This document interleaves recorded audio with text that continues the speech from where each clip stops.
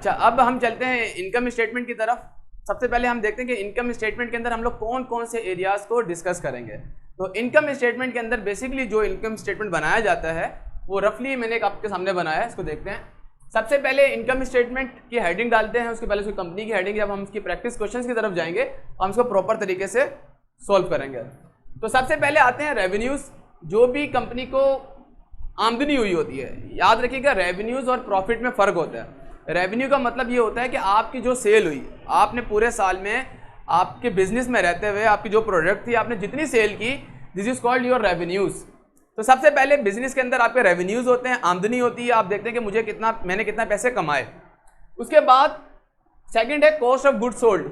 Cost of good sold minus होती है। Cost of good sold क्या होती है? कॉस्ट ऑफ गुड सोल्ड का मतलब ये होता है जो चीज़ आपने तैयार करके बेची, से फॉर एग्जांपल आप ये मार्कर्स मार्केट में तैयार करके बेच रहे हैं 50 रुपये का एक। अब ये देखें कि इसकी सेलिंग प्राइस तो 50 रुपये, लेकिन ये तैयार कितने में हुआ, इसके ऊपर आपकी लागत कितनी आई, कॉस्ट कितनी आई। This is called your cost of good sold.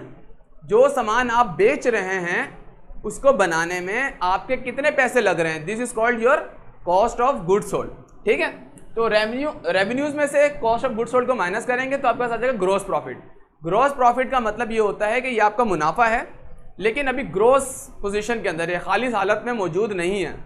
खालिस हालत से मुराद ये कि इसमें कुछ चीज़ें अभी मिक्स हैं, इसको जब हम माइनस करेंगे तो हमारे पास नेट प्रॉफिट आ जाएगा। फिर इसके बाद आप इसमें से ऑपरेटिंग एक्सपेंसेस को माइनस करेंगे। ऑपरेटिंग एक्सपेंसेस से मुराद ये होता है कि कंपनी जब चल रही होती है, जो भी प्रोडक्ट तैयार हो रही होती है, उसमें बहुत सारे एक्सपेंसेस आते हैं। एक्सपेंसेस से मुराद इलेक्ट्रिसिटी, रेंट, सैलरी, टैक्सेस, बहुत तरह के एक्सपेंसेस यूटिलिटी वगैरह के आते हैं। अब उस एक्सपेंसेस को आप माइनस कर दें, उसके बाद जो पोजीशन कंपनी की होगी, this is called net profit. ये नेट प्रॉफिट भी हो सकता है और नेट लॉस भी हो सकता है। नेट लॉस कब होगा?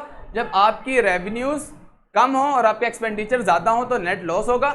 लेकिन आपकी रेवेन्यूज, आमदनी ज़्यादा है और आपके एक्सपेंडिचर कम है, तब ये आपकी नेट इनकम कहलाएगी। तो इनकम स्टेटमेंट का जो पूरा फॉर्मेट है ब्रीफली वो हम अभी डिस्कस करेंगे, लेकिन इससे पहले जो रफ आइडिया मैं आपको बता रहा हूँ कि ये इनकम और एक्सपेंडिचर की सब चीज़ें यहाँ पे आ जाएंगी। तो हमारे पास जो इनकम स्टेटमेंट के अंदर जो इनकम अकाउंट है वो आपके पास रेवेन्यू है, और बाकी इसके अलावा जितने भी हैं वो आपके सारे एक्सपेंडिचर आ जाएंगे। इनकम में से अपने एक्सपेंडिचर को माइनस करें, जो भी आपके पास आएगा वो आपकी या तो नेट इनकम होगी या तो वो नेट लॉस होगा। तो इनकम स्टेटमेंट बनाने का जो तरीका है वो ये है।